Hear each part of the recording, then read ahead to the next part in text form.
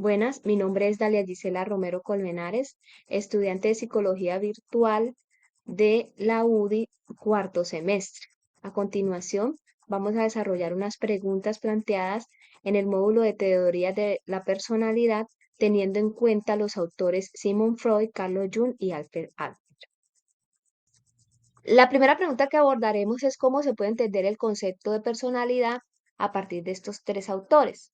Iniciamos con Sigmund Freud, quien es ampliamente reconocido por desarrollar la teoría del psicoanálisis y quien se centra en la idea de que la personalidad se compone de tres estructuras principales que son el ello, el yo y el superyo. Esta representación es como la parte más primitiva y básica de la personalidad, impulsada por los deseos y necesidades instintivas. Para él, la caracterización de la personalidad dice que está influenciado por los procesos conscientes y como los conflictos y traumas reprimidos. Por lo tanto, creía que los conflictos inconscientes y la expresión de los deseos reprimidos eran esenciales para la salud mental. Seguimos con Carlos Jung, quien era un psicólogo y psiquiatra suizo, reconocido por su trabajo en la psicología analítica.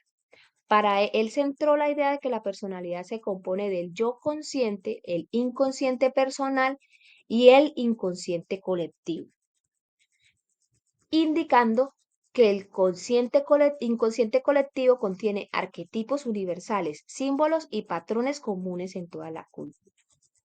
La caracterización que él daba era que la individuación era el proceso de convertirse en uno mismo. Era fundamental para el desarrollo de la personalidad. Es por ello que la exploración y la integración de los elementos sobre la base de un consciente personal y del consciente colectivo son esenciales para alcanzar un equilibrio y la autorrealización del mismo sujeto. Seguimos con Alfred Adler. Alfred Adler, que era un psicoterapeuta austriaco conocido por su trabajo en la psicología individual. Él se centra en el significado de la búsqueda del significado y el propósito de la vida. Para él, para Adler, creía que la personalidad se desarrolla en respuesta a la búsqueda constante de metas y objetivos personales. Se forma a través de un proceso de compensación donde las personas buscan superar sus sentimientos de inferioridad y desarrollar un sentido de superioridad personal. Em, Brindó la importancia a la comunidad y las relaciones sociales para el desarrollo de esta personalidad.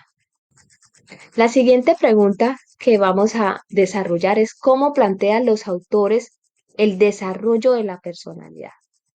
Igual que en la anterior pregunta, vamos a abordarlo desde cada uno de ellos, empezando por Sigmund Freud, quien desarrolló una teoría de la personalidad, del desarrollo de la personalidad en términos de etapas psicosexuales. Es por ello que la personalidad de desarrollo la desarrolla a partir de 5 etapas. La primera etapa es la etapa oral. En esta primera etapa del desarrollo se abarca desde el nacimiento hasta los 18 años. Esta tiene que ver o describe el placer y la satisfacción y que se centra en la boca, en la alimentación, la succión y la exploración oral. La siguiente etapa es la etapa anal, que va desde los 18 años hasta los 3 años de edad y se centra en el control de esfínteres y la satisfacción de la eliminación y retención de las heces. Si seguimos con la etapa fálica. Esta etapa fálica se produce alrededor de los 3 a 6 años de edad y se caracteriza por su interés creciente en los genitales y la exploración propia de la autonomía. Seguimos con la etapa de latencia, que va desde los 6 años hasta la pubertad y se caracteriza por una disminución de la actividad sexual y un enfoque en actividades más sociales y educativas. Por último, la etapa genital, que va desde la pubertad hasta y que marca el despertar sexual y el interés en las relaciones sexuales maduras. Continuamos con Jung, quien postuló que el desarrollo de la personalidad implica un proceso de individualización que es la búsqueda de convertirse en uno mismo y alcanzar la autorrealización. Consideraba que el individuo debía explorar y reconciliar tanto el yo consciente como los contenidos del inconsciente personal e inconsciente colectivo.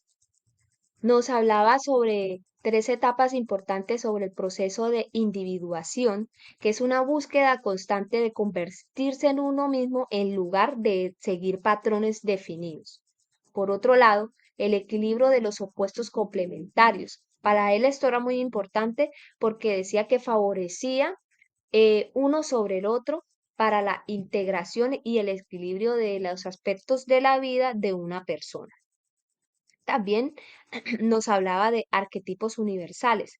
En este momento introdujo el concepto de arquetipos que son elementos psíquicos universales y símbolos compartidos por todas las culturas y sociedades humanas. Seguimos con Alfred Adler, quien sostenía que el desarrollo de la personalidad se basa en el impulso humano fundamental de superar sentimientos de inferioridad y buscar un sentido de superioridad. Él nos da tres aspectos importantes. El primero que es sentimiento de inferioridad y búsqueda de superioridad. Albert sostenía que todos los seres humanos nacemos con un sentimiento de inferioridad, pero que también estamos en toda la capacidad de desarrollar un impulso fundamental para buscar la superioridad. También hablaba sobre la influencia social y la comunidad.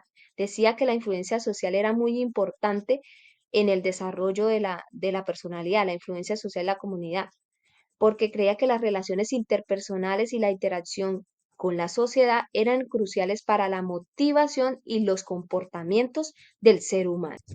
También nos hablaba sobre los estilos de vida y metas de vida, que decía que los estilos de vida eran una forma como el individuo aborda y se adapta a los desafíos de la vida.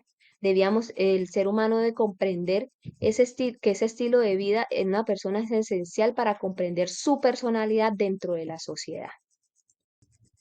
En la siguiente presentación abordaremos cómo cada autor explica los procesos fundamentales de las teorías y su incidencia en la personalidad. Iniciamos otra vez con Sigmund Freud, quien eh, nos da unos procesos fundamentales como el inconsciente. Decía que gran parte de nuestra personalidad y motivación venían de los deseos, recuerdos y conflictos. También hablaba de los conflictos psicosexuales, quien decía que para el desarrollo de la personalidad estaba influenciada por conflictos y experiencias en las etapas psicosexuales. Aquí es donde incluyen la etapa oral, anal, fálica, de latencia y genical. También nos hablaba de los mecanismos de defensa, que describió los mecanismos de defensa como la represión, la negación y la proyección, que eran utilizados para proteger el yo de tensiones y conflictos inconscientes. Continuamos con Carlos Jung, quien nos da pues tres procesos fundamentales. El primero es la individuación. Él dice que implica la búsqueda de convertirse uno mismo y alcanzar la autorrealización. La otra es arquetipos, que son patrones y símbolos universales que influyen en la personalidad y la experiencia. También nos habla sobre el equilibrio de opuestos complementarios. Él se enfatizó en la importancia de equilibrar los opuestos complementarios en la personalidad para lograr una personalidad completa. Por último, tenemos a Alfred Adler, quien nos da tres procesos fundamentales como el primero, sentimiento de inferioridad y búsqueda de superioridad. Él dice que en la infancia son una fuerza motivadora central en el desarrollo de la personalidad y la búsqueda de la superioridad es el impulso de superar estos sentimientos. Por otro lado, la influencia social y comunidad. Él destacó la importancia de las relaciones interpersonales, la cooperación y la contribución en la sociedad para desarrollar una personalidad saludable.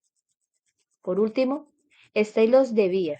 Los estilos de vida es la forma como una persona aborda los desafíos de la vida y se adapta a ellos. Para finalizar, pues como psicólogo en formación, entiendo que la personalidad es un aspecto fundamental en el estudio de la psicología y en la comprensión del ser humano.